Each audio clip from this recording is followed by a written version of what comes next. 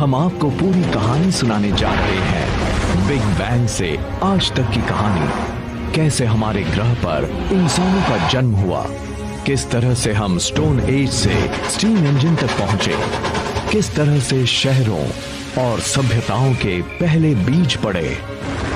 हर चीज जुड़ी हुई है और वो रास्ता आप तक जाता है। इतिहास को इतना सब कुछ करने में 1370 करोड़ साल लगे। ये है हमारा नवजात ब्रह्मांड। आने वाले दिनों में जो भी होगा, जिस भी चीज का वजूद होगा, उसकी शुरुआत यहां से हुई।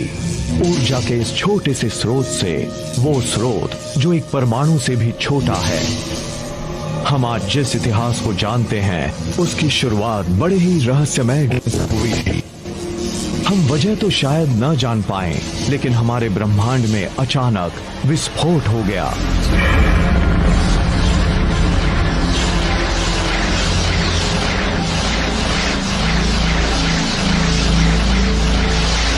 सेकंड के करोड़वें करोड़वें करोड़वें करोड़वें करोड़वें हिस्से में जो चीज परमाणु से भी छोटी थी, वो अचानक एक तारामंडल से भी बड़ी हो गई। पुश!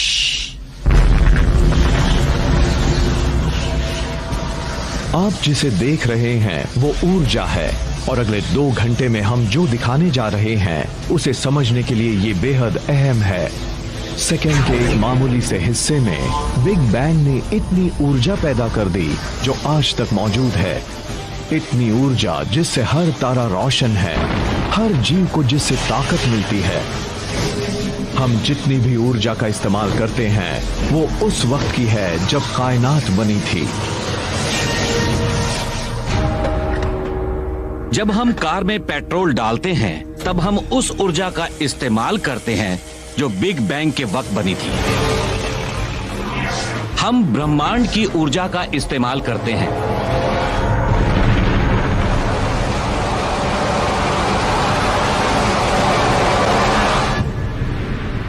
हमारी इस 2 घंटे की कहानी में अभी कुछ ही मिनट बीते हैं, पर इतने में ही 3,80,000 साल बीत गए। अब आप देखने वाले हैं हमारे असली पूर्वजों के जन्म को, पहले परमाणुओं को। ये है हाइड्रोजन। ब्रह्मांड इसकी मदद से ही हमारे आसपास की हर चीज बनाने वाला है। हाइड्रोजन एक बेसबॉल टीम की तरह होती है। हम सोचते हैं कि किस खिलाड़ी को हम टीम में रखें। मुझे एक ब्रह्मांड बनाना है, उसकी शुरुआत हाइड्रोजन से करूंगा, क्योंकि उसमें बहुत ज्यादा गर्मी और दबाव होता है और उससे कई किस्म के परमाणु बनाए जा सकते हैं। पहले परमाणु ब्रह्मांड में उड़ने लगे, लेकिन अच्छी बात यह हुई कि वो बराबरी से नहीं फैले थे, क्योंकि ज्यादा परमाणुओं वाले छोटे पॉकेट्स में शुरुआती ब्रह्मांड को गढ़ने वाले ग्रेविटी ने अपना जादू दिखाना शुरू किया।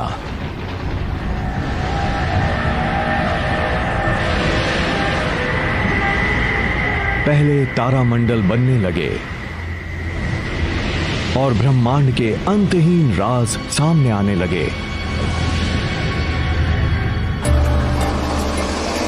पूरे इतिहास में जब भी किसी एक जगह पर ज्यादा ऊर्जा और तत्व जमा हुए, वहां जटिल चीजें होने लगी। पूरे ब्रह्मांड में कई ऐसे इलाके थे जहां पर बहुत बड़े पैमाने पर क्रिएटिविटी, साइंस और आर्ट नजर आ रहा था, और कई नई संस्कृतियां भी बनी, क्योंकि बहुत सारी चीजें एक दूसरे से इंटरैक्ट करने लगी थी। जाहिर सी बात है, जहां भी कुछ होगा वहां नई चीजें विकसित होंगी ही, और जहां कुछ है ही नहीं, वहां पर क्या विकास हो सकता है।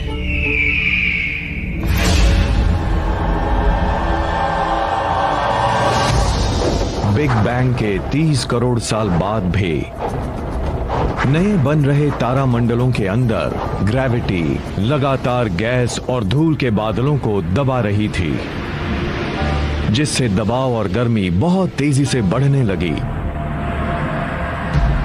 जब तापमान करीब 17.25 लाख सेल्सियस के आसपास पहुंच गया, तब हाइड्रोजन के अणु आपस में टकराने लगे, जिससे एक नया तत्व बना हीलियम, और उससे निकलने लगे ऊर्जा के तेज गुबार। पहले तारे का जन्म हुआ। अचानक ही वहां पर रोशनी की तेज चमक नजर आने लगी, जिससे निकली ऊर्जा ब्रह्मांड में मिलने लगी। पूरा ब्रह्मांड रोशन हो गया। लेकिन इस शुरुआती ब्रह्मांड में किसी चीज की कमी थी। तारे तो करोड़ों थे, पर ग्रह एक भी नहीं था। ग्रह बनाने और फिर इंसान की रचना करने के लिए अगला कदम उठाना था, जिसकी वजह से आज तक का इतिहास बना।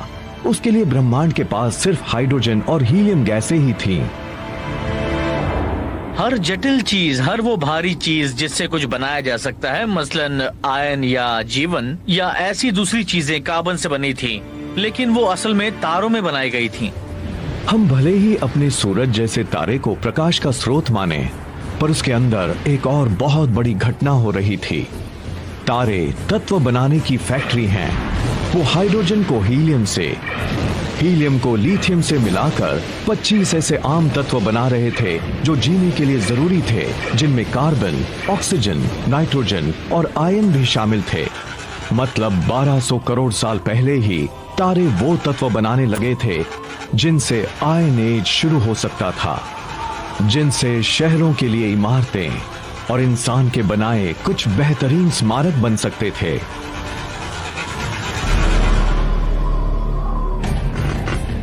लेकिन स्टैच्यू ऑफ लिबर्टी देखने से पता लगता है कि शुरुआती ब्रह्मांड के सामने अगली चुनौती क्या थी। इस मूर्ति का फ्रेम तो लोहे से बना है, लेकिन इसकी खाल जिस चीज से बनी है वो इतनी भारी थी कि तारों में नहीं बन सकती थी।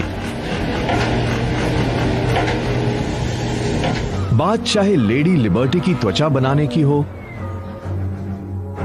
या शादी की अंगूठी के लिए सोने की या न्यूक्लियर रिएक्टर्स के लिए यूरेनियम की, कुछ तत्व ऐसे होते हैं जिन्हें बिल्कुल अलग तरीके से बनाना पड़ता है। तारों के पास इस काम को अंजाम देने लायक ऊर्जा नहीं थी, लेकिन जब तत्व बनाने वाली फैक्ट्री में इतना दम ही ना हो तो उसे उड़ा देने में क्या बुराई है। पहले तारे बनने के कुछ लाख साल बाद ही उनमें से कुछ में अचानक विस्फोट हो गया। वैम! इन विस्फोटों को सुपरनोवा कहते हैं और ये ब्रह्मांड में बिग बैंग के बाद सबसे बड़े विस्फोट थे। उससे जो ऊर्जा निकली उसने ज्यादा भारी तत्वों को एक दूसरे में मिलाना शुरू किया। विस्फोट के साथ वो तारे तो खत्म हो गए, लेकिन उनसे बना यूरेनियम, सोना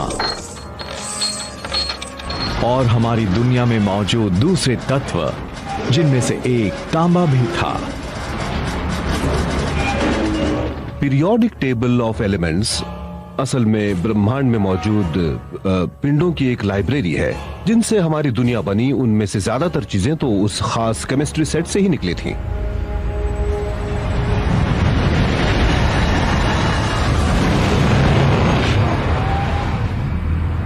सुपरनोवा की वजह से ही आज हम हैं। हमारे खून में आयन है, उस लिहाज से हमारे शरीर के अंदर आज भी सुपरनोवा के कुछ अवशेष मौजूद हैं। वो हमारे शरीर में घूम रहे हैं। हम सभी स्टारडस्ट हैं। तांबा और टिन, ब्रॉन्ज एज। सुपरनोवा के बिना ब्रॉन्ज एज भी नहीं होता। आप दवा की किसी भी दुकान से मल्टीविटामिन की शीशी खरीदिए और उसमें मौजूद तत्वों को पढ़िए। आपको उसमें तांबा मिलेगा, जिंक मिलेगा, सेलेनियम मिलेगा। उसमें हर वो तत्व मिलेंगे जो सिर्फ बन सकते थे अगर सुपरनोवा हो। तारों से बने वही तत्व पृथ्वी पर जीवन के बीज बने और उनसे ही मानव इतिहास की रचना शुरू हुई। लेकिन सफर तो अभी शुरू हुआ था। इससे पहले कि जीव बनते, ब्रह्मांड को हमारे लिए एक घर भी तो बनाना था। सही घर बनाने के लिए हमें हर जरूरी चीज एक जगह पर जमा करनी पड़ती है। ग्रहों के बनने पर भी यही हुआ था। हमारे पास जो चीजें होती हैं उनसे ही यह तय होता है कि वो ग्रह हमारे लिए किस तरह का घर साबित होगा। हर सही चीज जो बहुत तेजी से घूम रहा था और जहां 6 घंटे में ही दिन खत्म हो जाता था।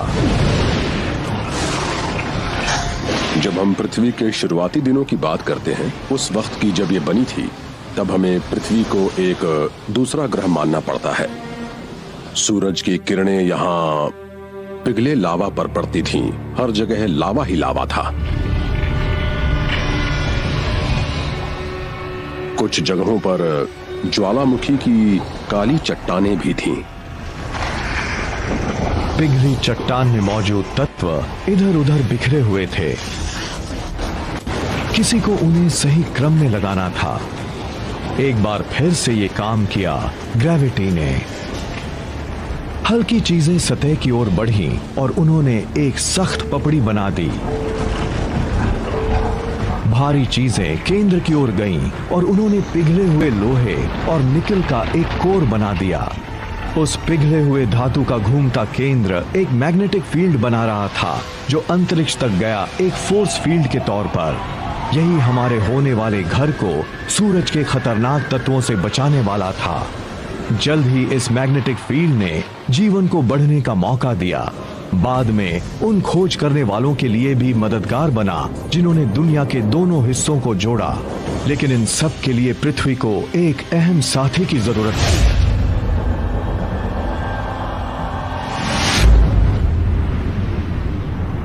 साढ़े 400 करोड़ साल पहले मंगल ग्रह के बराबर का एक पिंड करीब 40,000 किलोमीटर प्रति घंटे की रफ्तार से पृथ्वी से टकराया।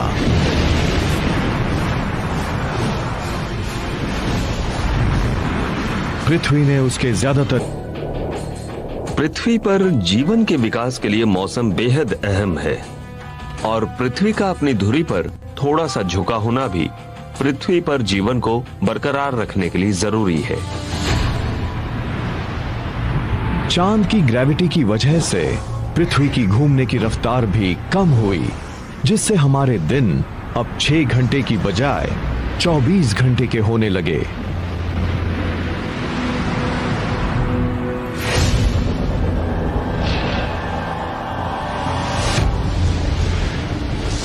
$440 करोड़ साल पहले पृथ्वी पर इतनी गर्मी थी कि तरल पानी रह ही नहीं सकता था, लेकिन वायुमंडल में पानी की भाप थी। अब सवाल था कि उसे आसमान से नीचे कैसे लाया जाए। जिस किसी दुनिया में जीवन हो वहां पर थोड़ी बरसात भी जरूरी है।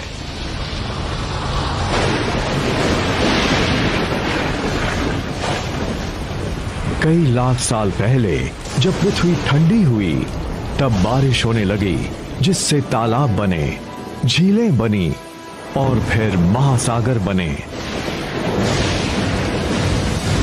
380 करोड़ साल पहले हमारे ग्रह के पास एक चांद था, एक महासागर था, लेकिन वो वैसा नहीं था जैसा कि आज हम देख रहे हैं। इंसान के इतिहास का मंच बनने के लिए पृथ्वी को ऑक्सीजन से भरा वायुमंडल और ऐसे उपजाऊ महादेश चाहिए थे जहां लोग रह सकें, विकास कर सकें। हमारी नई दुनिया को कौन गढ़ेगा? उनमें से करोड़ों करोड़ हमारी त्वचा पर रेंग रहे हैं।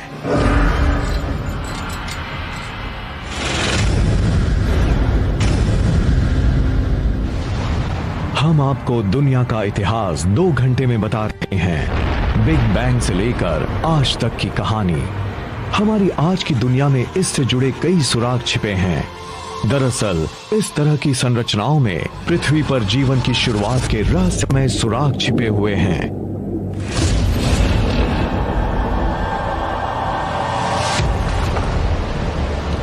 $380 करोड़ साल पहले हमारे शुरुआती महासागरों की सतह के नीचे एक नई क्रांति हो रही थी। 6 मामूली से तत्व, जिनमें से एक बिग बैंग से निकला हाइड्रोजन भी था और तारों से बने ऑक्सीजन, कार्बन और नाइट्रोजन भी थे। इन सब ने मिलकर जीवों की रचना शुरू कर दी, हमारी भी। उनमें से सबसे खूबसूरत था डीएनए। उसके छल्लों के नीचे छिपे थे जीवन के कोड। हमारी पृथ्वी के बनने के 7 लाख साल बाद पृथ्वी पर जीवन भी शुरू हो गया। हम किसी दानव के कंधों पर नहीं, बल्कि छोटे छोटे जीवों के कंधों पर सवार हैं, बैक्टीरिया पर। हम बड़े ही अहंकारी हैं। हमें लगता है कि ये दुनिया हम चला रहे हैं, लेकिन हम इस दुनिया में ही काफी देर से आए हैं। जानवरों से काफी पहले यहाँ बैक्टीरिया आ चुके थे। फिर जानवर आए और हमें लगा कि हमने उनकी सल्तनत ही मिटा दी। अगर हमने वो सल्तनत खत्म कर दी होती तो हम भी नहीं रहते। हमारे शरीर के अंदर बैक्टीरिया की पूरी फौज है। असल में हम सबके शरीर में इतने बैक्टीरिया हैं जितने की पूरी दुनिया में इंसान। कई करोड़ों साल तक इस दुनिया पर इस तरह के जीवाणुओं का ही राज था। नवजात ब्रह्मांड की तरह शुरुआती जीव भी छोटे और मामूली थे, लेकिन वो संभावनाओं से भरे थे। उसने किस तरह से नए नए रूप लिए, हम उसके बारे में ही देख रहे हैं। उनमें हम भी एक हैं, और ये जानने के लिए हमें वक्त की शुरुआत में जाना होगा। हमने ये तो देखा कि आज जो भी ऊर्जा है वो बिग बैंग से निकली थी। हर जीव को जीने के लिए अपने हिस्से की ऊर्जा चाहिए थी। हम उसे जितना साधते उतना ही उसका इस्तेमाल कर पाते और उतने ही जटिल बनते जाते। बिग बैंग से निकली करीब करीब सारी ऊर्जा हमें सूरज से मिली। करीब 250 करोड़ साल पहले कुछ खास बैक्टीरिया ने महसूस किया कि उस ऊर्जा का इस्तेमाल जीने के लिए कैसे किया जा सकता है। इस कोशिश में उन्होंने दुनिया के इतिहास का सबसे कीमती कचरा भी पैदा किया, ऑक्सीजन। जल्द ही ऑक्सीजन ने हमारी दुनिया को नए सिरे से गढ़ा, लेकिन उसके पहले उसे एक और अहम काम करना था।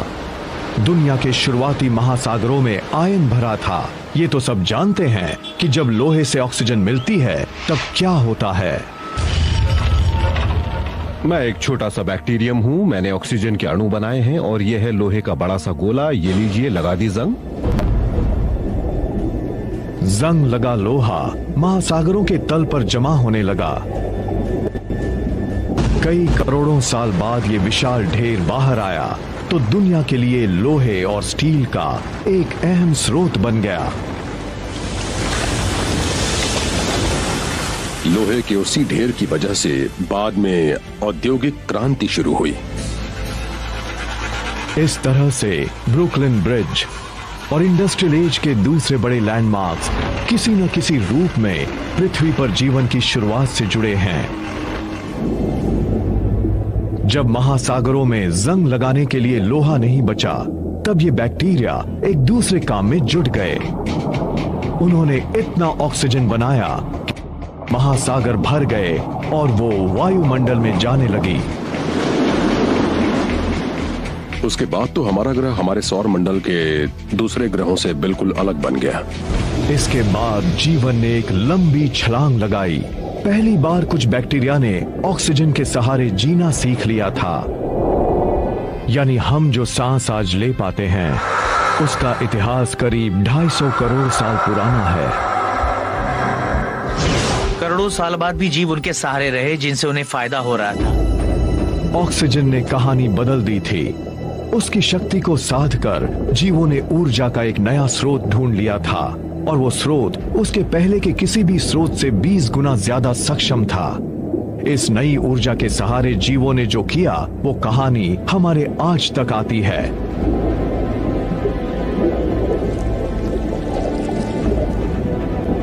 अगले 200 करोड़ साल में जीवन और जटिल हो गया था। आसमान नीला हो गया और उसकी वजह से महासागर भी नीले नजर आने लगे। अब ज्यादा बड़े और ठोस महादेश यानी कॉन्टिनेंट्स उभरने लगे थे। पृथ्वी काफी हद तक वैसी लगने लगी थी जिसे आज हम अपना घर कहते हैं।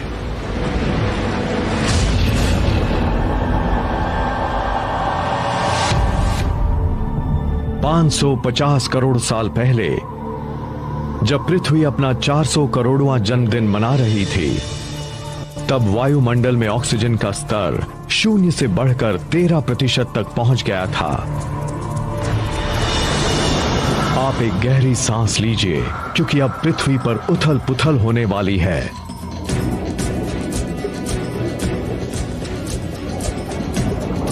ये है कैम्ब्रियन एक्सप्लोजन, एक बायोलॉजिकल बिग बैंग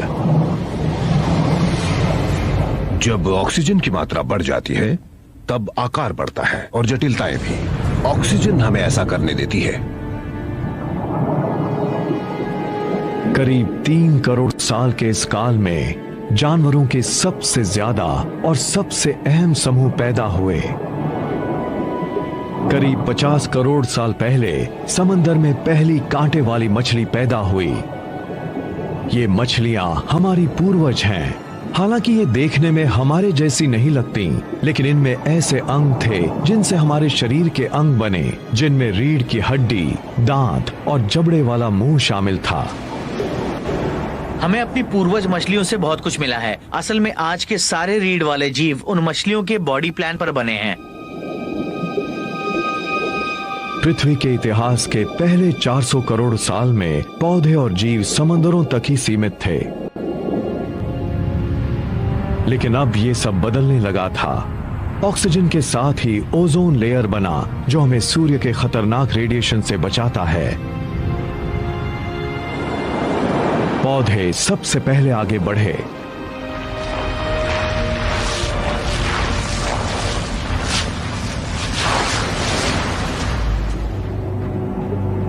करीब 40 करोड़ साल पहले जीव भी आगे बढ़ने को तैयार हो गए। सबसे पहले आए वो एम्फिबियंस जिनके कई वंशजों में से एक हम भी हैं। जानवरों के विकास के सिलसिले में मुझे जो बात सबसे दिलचस्प लगती है वो है एम्फिबियंस का प्राचीन महासागरों से बाहर आना और जमीन पर आकर हवा में सांस लेना। ये तो वैसा ही है जैसे हमारे दादा के दादा के दादा के दादा समंदर से बाहर आए हों और इस दुनिया का नजारा किया। उसे देखकर उन्होंने कहा होगा, अरे मैं तो यहाँ रह सकता हूँ। उन पेड़ों को, कीड़े मकोड़ों को देखो, यहाँ खाना भी है, मैं यहाँ रह सकता हूँ।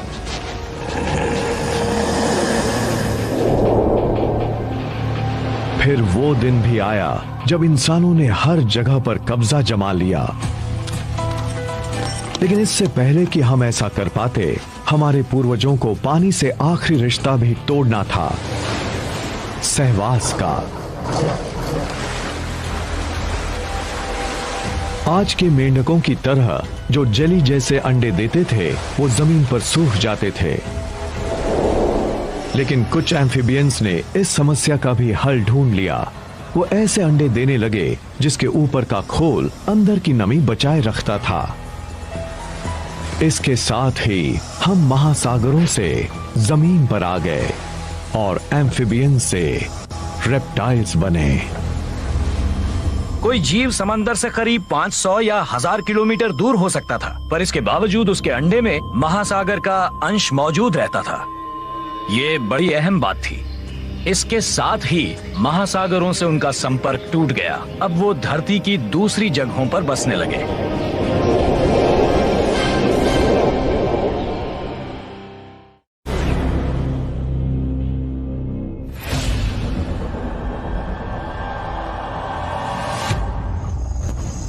तीस करोड़ साल पहले जीवन विशाल हरे भरे दलदलों में पल रहा था, लेकिन पृथ्वी वहां पर एक नया खेल रच रही थी। वहां पौधों की मौत होती तो वो वहीं पर दफन हो जाते थे। बिग बैंग से जो ऊर्जा पैदा हुई थी वो पौधों के जरिए जमीन के नीचे तक जाने लगी थी और कोयला बनने लगा था। ये आने वाले करोड़ों साल बाद इंसानों के लिए एक बेशकीमती तोहफा साबित होने वाला था।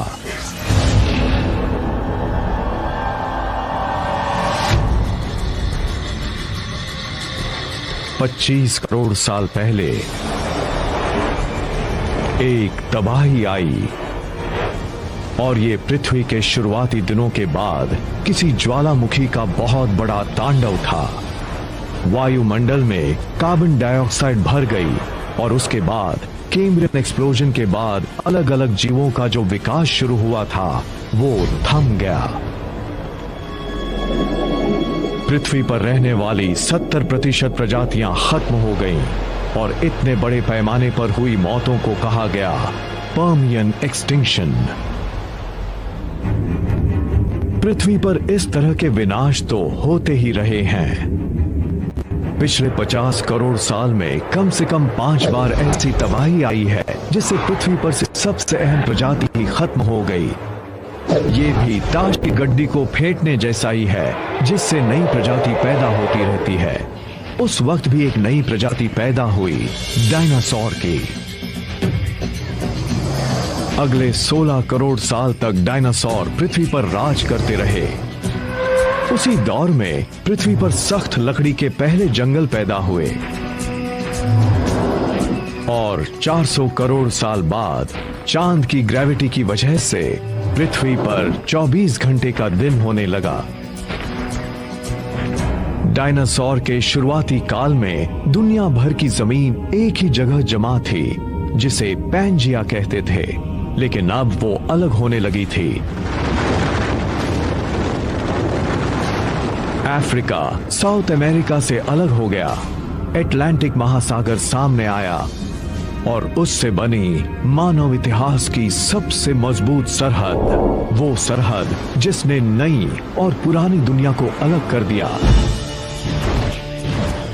इस बात में शक नहीं कि डायनासोर काल के सबसे बड़े जानवर ट्राइसेराटॉप और टी रेक्स ही थे, लेकिन कुछ बेहद अहम जीव उनके पैरों के आसपास भी घूम रहे थे। अगर हम अपनी जड़ों को ढूंढने की कोशिश करें तो पाएंगे कि हम रेंगने वाले विशाल भारी भरकम जीवों के बीच रहने वाले श्रू जैसे छोटे स्तनधारी जीव थे। उस वक्त हमारे जैसे स्तनधारी जीव खास अहमियत नहीं रखते थे। हम अपनी जान बचाए रखने के लिए डायनासोर के अंडों की चोरी भी करते थे। तो डायनासोर के सामने हम कुछ भी नहीं थे। 16 करोड़ साल के डायनासोर काल के इतिहास की सबसे बड़ी बात यही थी कि हम उनसे जंग हार चुके थे, स्तनधारी हार चुके थे। हम एक छोटी बिल्ली जितने बड़े थे। 16 करोड़ साल तक मझोले, बड़े, थोड़े बड़े, विशाल और बहुत बड़े जीव के नाम पर सिर्फ और सिर्फ डायनासोर ही मौजूद थे। उनके सामने हमारा कोई वजूद नहीं था। लेकिन तभी बाजी फिर से पलटने वाली थी।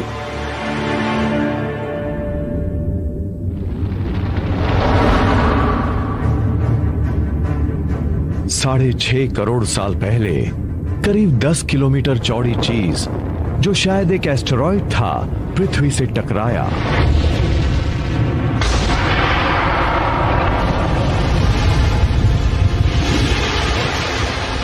धूल के बादल ने सूरज को ढक लिया, तापमान गिर गया। पृथ्वी पर रहने वाला 25 किलो से ज्यादा वजन का हर जीव खत्म हो गया। डायनासोर का काल खत्म हो गया। डायनासोर ने हमें सबसे बड़ा तोहफा दिया था, अपनी मौत का तोहफा। जब वो खत्म हुए तो स्तनधारियों को बढ़ने का मौका मिला। डायनासोर के खत्म होने के कुछ ही साल बाद पहले वानर पैदा हुए। वो सही मायनों में वानर थे।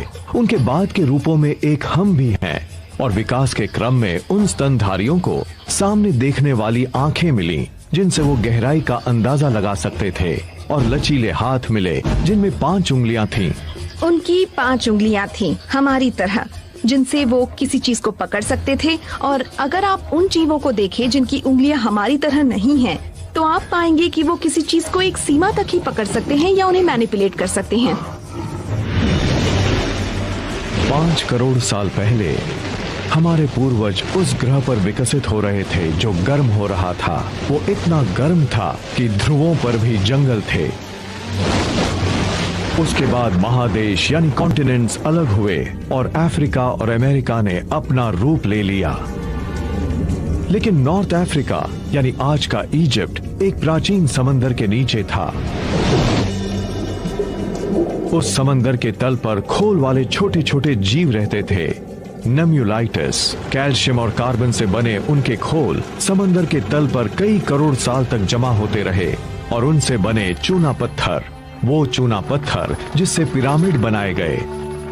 अगर आप इन पिरामिडों को ध्यान से देखें तो साफ पता लगता है कि 4000 साल पहले बनी ये इमारतें असल में 5 करोड़ साल पुराने सी शेल से बनी हैं।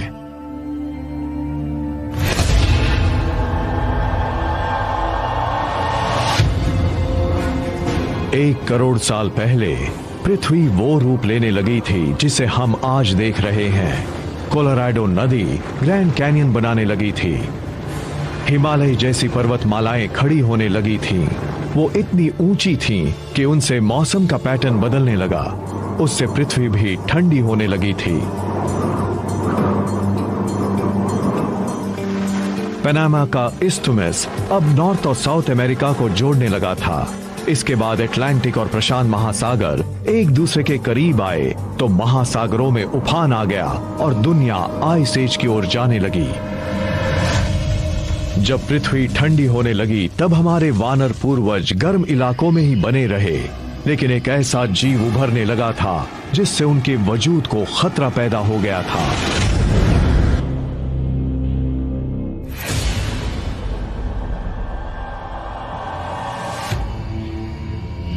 सत्तर लाख साल पहले हमारे वानर पूर्वज पेड़ों पर चैन से रहते थे, लेकिन उनके आसपास के इलाकों पर हमले होने लगे थे। इस नए खिलाड़ी ने भी मानव इतिहास पर उतना ही असर डाला जितना कि पृथ्वी के किसी और जीव ने। आप शायद इस बात पर यकीन न करें, पर हमारे वजूद के लिए एक चीज बेहद अहम थी, और वो चीज थी घास। दुनिया के करीब हर इलाके में एक ही वक्त पर घास के मैदान नजर आए।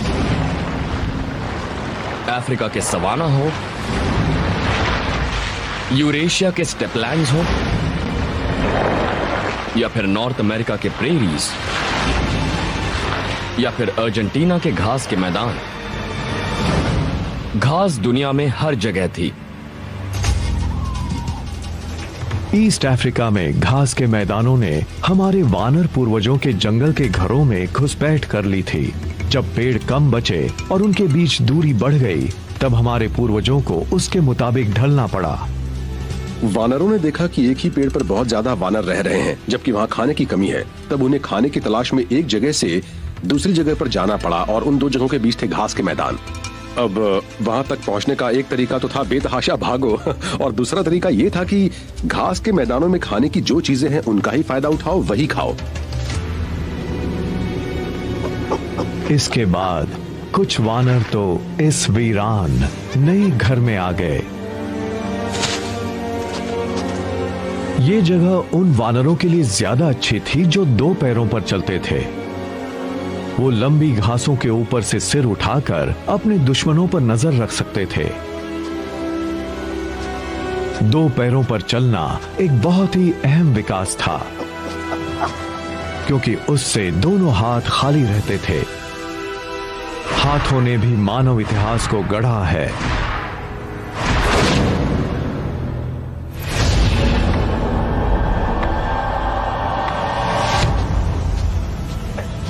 $26 लाख साल पहले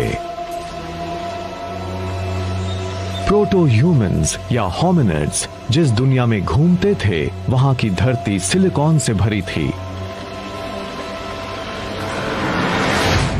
वो करोड़ों साल पहले तारों के केंद्र में बना था, और सिलिकॉन पृथ्वी के केंद्र में दूसरा सबसे बड़ा तत्व था।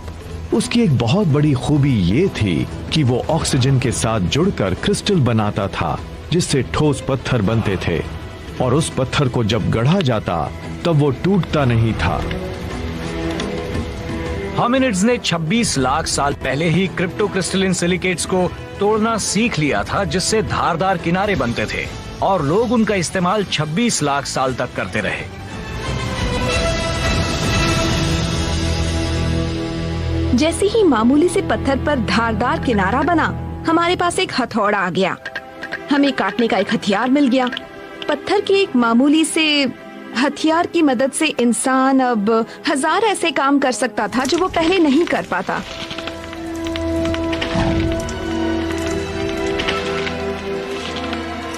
उस छोटी सी टेक्नोलॉजी ने हमारे पूर्वजों को वो हुनर दे दिया था, और उसका फायदा हमें भी मिला। सिलिकॉन से पहला टेक्नोलॉजिकल रेवोल्यूशन शुरू हुआ, और हम स्टोन एज में पहुंच गए। लाखों साल बाद हम उसकी मदद से हाथ से इस्तेमाल होने वाले औजारों का प्रयोग करने लगे। और सिलिकॉन की एक और रासायनिक खूबी ने उसे फिर से टेक्नोलॉजी के चरम पर पहुंचा दिया था। इंसान बनने की दिशा में हमारा जो अगला कदम था वो हमारी पृथ्वी में छिपा एक गहरा राज था। पूरे ब्रह्मांड में सिर्फ पृथ्वी के पास ही वो खास शक्ति थी।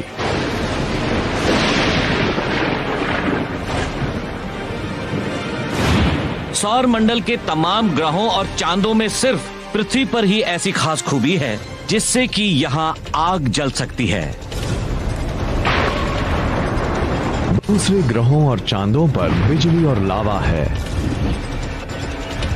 लेकिन सिर्फ पृथ्वी पर ही दो ऐसी चीजें हैं जिनसे आग जल सकती है। एक तो है पेड़ पौधों से मिलने वाला ढेर सारा ईंधन और दूसरी है वायुमंडल में मौजूद ऑक्सीजन जो लपटों को भड़काती है।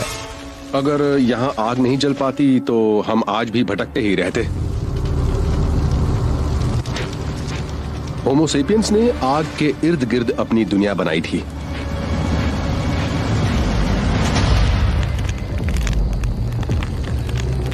हमारे पूर्वजों ने 8 लाख साल पहले ही आग को काबू में रखना सीख लिया था। ये वो हुनर था जो हमें शुरुआत से जोड़ता है। आप ये तो नहीं भूले होंगे कि बिग बैंग से कितनी ऊर्जा निकली थी और उस ऊर्जा में से अपना हिस्सा पाने के लिए किस तरह से मुकाबला शुरू हुआ था। आग पर खाना पकाने का मतलब था कि हमें खाने को पचाने के लिए एक और पेट मिल गया था जो हमें ज्यादा कैलोरी देता था, ज्यादा ताकत देता था, इससे ज्यादा बड़े दिमाग को सहारा मिल रहा था। आग एक बेहतरीन टेक्नोलॉजी भी थी। जल्द ही हमने मिट्टी से बर्तन, धातु से हथियार और पानी से भाप की शक्ति का इस्तेमाल सीख लिया। अगर हमारे पास आग नहीं होती तो इंटरनल कंबशन इंजन भी नहीं होते, आग नहीं होती तो धातु नहीं होते, आग के बिना रबर नहीं होता। ये वो टेक्नोलॉजी थी जिसने उनके लिए संभावनाओं के दरवाजे खोल दिए जो उसका इस्तेमाल करना जानते थे।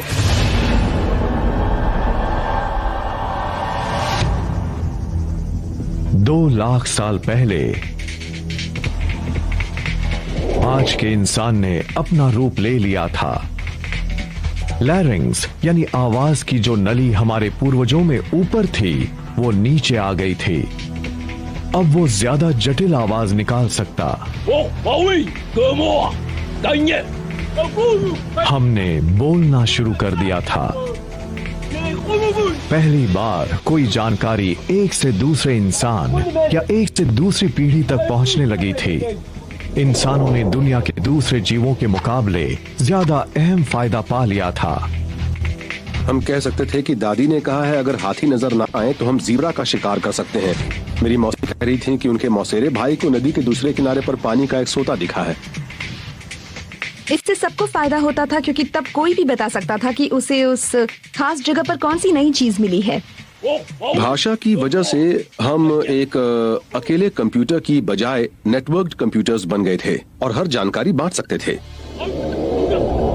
अब किसी को किसी के अनुभव के सहारे नहीं रहना था। अब हर इंसान किसी और से वो जानकारी पा सकता था जो उसके पास थी। ये बहुत बड़ा फायदा था और कोई और जीव ऐसा नहीं कर सकता था।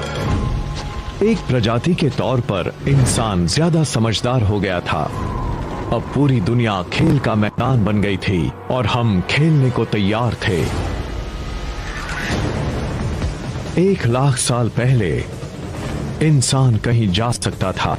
हमारे पास फुर्तीले हाथ और प्राचीन हथियार थे। हम बात कर सकते थे, आग को काबू में रख सकते थे। अब हम अपने अफ्रीकन घर को और बड़ा कर सकते थे। उस रास्ते पर चल सकते थे जो लाखों सालों में बना था। महादेश यानी कॉन्टिनेंट्स खिसके तो अफ्रीका और यूरेशिया जुड़ गए और उससे बनी एक बहुत बड़ी जमीन जिसका नाम था अफ्रो यूरेशिया। वो करीब 8.5 करोड़ स्क्वायर किलोमीटर में फैली थी, चांद की सतह से दुगनी जगह में। शुरुआती इंसानों के लिए इसका मतलब था कि वो आधी से ज्यादा दुनिया पैदल ही पार कर सकते थे। इंसानों के दूर दूर जाने से बहुत बड़ा बदलाव आया। हम उन वानरों में से एक हैं जो एक ही वक्त पर एक से ज्यादा महादेशों में रहते थे। इसकी वजह से हम उन चीजों से बचे हुए थे जिनकी वजह से वानरों के मुकाबले दूसरे बड़े स्तनधारी हमेशा के लिए खत्म हो गए। ये हमें खत्म होने से बचाता था। दूर दूर बसना एक्सटिंक्शन इंश्योरेंस था। लेकिन जब दुनिया हमारे लिए रास्ते खोल रही थी, तभी ग्रह हमारे लिए एक मुसीबत बन गया। आइस एज शुरू हो गया। ग्रह अब हमारी पहले से ज्यादा कड़ी परीक्षा लेने लगा था। करीब 50,000 साल पहले ग्लेशियर नॉर्थ पोल से आगे बढ़ने लगे थे। उसी वक्त दुनिया की खोज पर निकला इंसान चाइना और ऑस्ट्रेलिया तक पहुंच गया। 30,000 साल पहले होमो सेपियंस पहली बार यूरोप पहुंच गए। 20,000 साल पहले जब बर्फ अपने चरम पर थी, तब इंसान अपनी खोज में नॉर्थ ईस्ट साइबेरिया के बर्फीले टंड्रा तक पहुंच गया। हालांकि आइस एज कड़ी परीक्षा ले रहा था, फिर भी इंसान हर उस हुनर का विकास कर रहा था जिससे कि वो सच्चे मायनों में इंसान बन सके। इसके सुराग छिपे हैं इन सिंबल्स में। हमने बौद्धिक रूप से एक बड़ी छलांग लगाई थी और अब हम इस बात से परे सोचने लगे थे कि हमें जीना है। जब हम इन सिंबल्स वाले विचारों को देखते हैं तो यही कह सकते हैं कि एक जीव इंसान था जो हमारे जैसा ही था। जब हम किसी तस्वीर को देखते हैं, किसी गाय की, तब सब यही कहते हैं कि वो गाय की तस्वीर है, क्योंकि जब हम किसी चीज को देखते हैं तभी ये कह सकते हैं कि हाँ, ये इंसान है। जो लोग या जीव हमारी तरह सोचते हैं वो दुनिया को भी वैसे ही देखते हैं जैसे कि हम। उस पल के बाद मानव इतिहास दुनिया के किसी और मुकाबले बहुत तेजी से बदला था। जब पृथ्वी का ज्यादातर पानी बर्फ में कैद हो गया, तब महासागरों का स्तर 100 से 125 मीटर नीचे चला गया। इंसानों के फैलने की आखिरी बाधा भी मिट चुकी थी। हम बेरिंग लैंड ब्रिज को पार करके साइबेरिया से पहुंच गए। हम दुनिया के इतिहास की कहानी सिर्फ 2 घंटे में सुना रहे हैं और 1 घंटे में ही 1300 करोड़ साल से ज्यादा का वक्त गुजर गया। तैयारियों के इन सालों में इंसान वजूद में आए और दुनिया भर में फैल गए। इसके बाद मानव का वो इतिहास शुरू हुआ जिसे हम जानते हैं।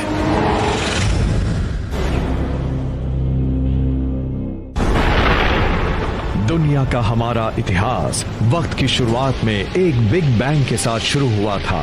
फिर हमने करीब 1400 करोड़ साल का सफर तय किया। इंसान इस मंच पर अहम भूमिका निभा रहा था, इसलिए ये जानना जरूरी है कि उस इतिहास में हमारी भूमिका कितनी छोटी सी है। इस बात को आसानी से समझने के लिए हम 1400 करोड़ साल के इतिहास को 14 साल का इतिहास मान लेते हैं। उस लिहाज से देखें तो हमारी पृथ्वी सिर्फ 5 साल पुरानी है, यानी ब्रह्मांड के इतिहास का करीब 1/3 हिस्सा। बड़े बड़े जीव करीब 7 महीने पहले पैदा हुए थे। उस पैमाने पर डायनासोर करीब 3 हफ्ते पहले खत्म हुए। इंसान का पूरा इतिहास सिर्फ 3 मिनट का है। आधुनिक औद्योगिक समाज, औद्योगिक क्रांति वगैरह सिर्फ 6 सेकंड पहले की बात है। इससे तो मुझे यही पता लगता है कि ब्रह्मांड के पूरे इतिहास में इंसान बस कुछ देर के लिए ही आया है। इंसान ने कुछ देर के लिए ही सही, पर अपनी चमक दिखाने के लिए करोड़ों साल तक इंतजार किया था। तारे और ग्रह धीरे धीरे तत्वों को सही क्रम में लगा रहे थे ताकि हम इंसानों का इतिहास लिखा जा सके।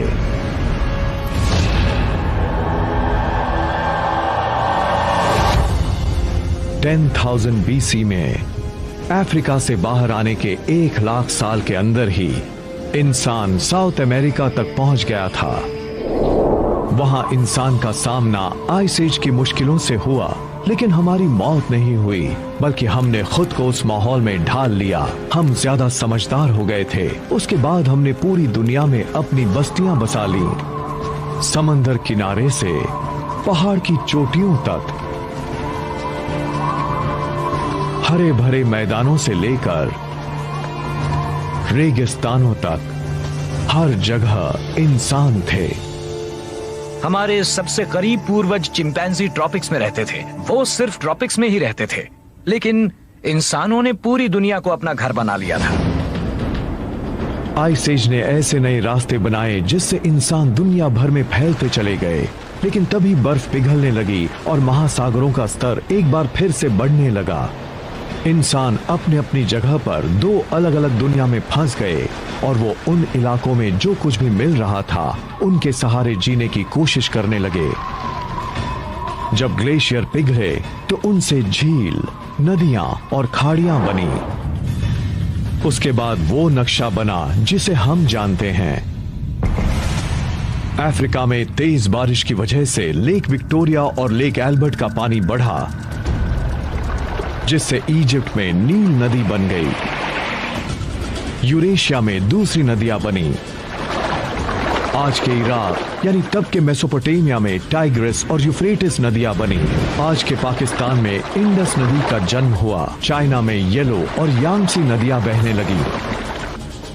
बर्फ की उन चादरों के पिघलने के बाद इन सारी नदियों ने ही मानव इतिहास को गढ़ने में बड़ी अहम भूमिका निभाई थी। इन नदी घाटियों की उपजाऊ जमीन और वहां के पानी ने सभ्यता के पहले बीज बो दिए। आइस एज के बाद जब मौसम गर्म हुआ तब पौधे और इंसान भारी संख्या में बढ़ने लगे और तब इंसान एक ही जगह पर बसने लगे। स्थायी बस्तियां बसने लगीं, आबादी बढ़ने लगी।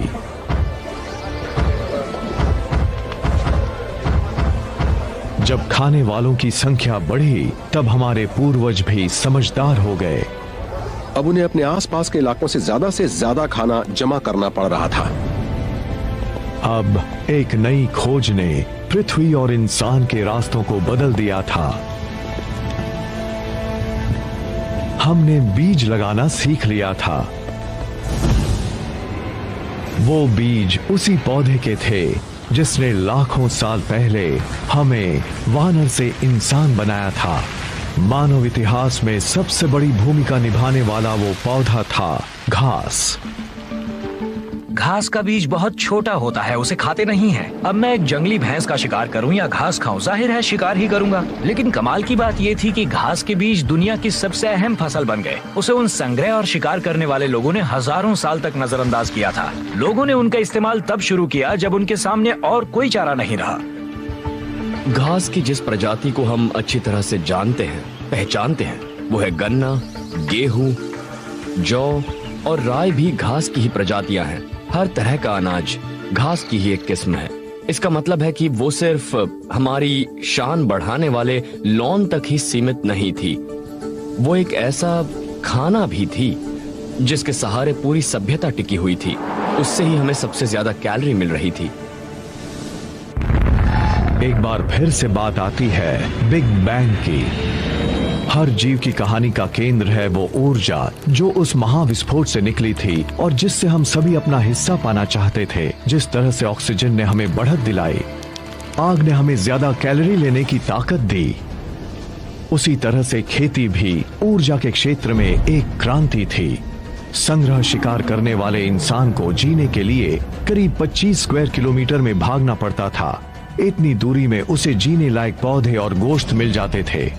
लेकिन एक किसान सूरज की ऊर्जा की मदद से उस इलाके के सिर्फ 10वें हिस्से में ही अपनी जरूरतें पूरी कर लेता था। पिछले आइस एज के बाद जब मौसम गर्म हुआ तब दुनिया में करीब आधा दर्जन जगहों पर खेती की जाने लगी थी। लेकिन भौगोलिक रूप से देखें तो पौधों और पालतू बनाने लायक जानवरों का सबसे बड़ा समूह नजर आया मध्य पूर्व के उपजाऊ इलाकों में। मिडिल ईस्ट में कई किस्म के जीव नजर आने लगे थे और उन जीवों को पालतू बनाया जा सकता था, जीवों को भी और पौधों को भी। बात जब जानवरों की आती है तो नाम आता है सूअर, भेड़ और बकरियों का। पौधों के मामले में गेहूं की 2 किस्में, राय, जौ, मसूर, अंजीर जैसी चीजों की खेती दुनिया के इस छोटे से हिस्से में की जा रही थी। फर्टिल क्रेसेंट के मुकाबले बाकी के अफ्रो यूरेशिया के सब सहारन अफ्रीका और अमेरिका जैसी जगहों पर जीवों की पालतू बनाने लायक प्रजातियां बहुत कम थीं। ये एक बहुत बड़ा फर्क था। जिन लोगों के पास पौधों और जीवों का सही तालमेल था वो ज्यादा शक्तिशाली बन गए और वो आधुनिकता की ओर भी बहुत तेजी से बढ़े।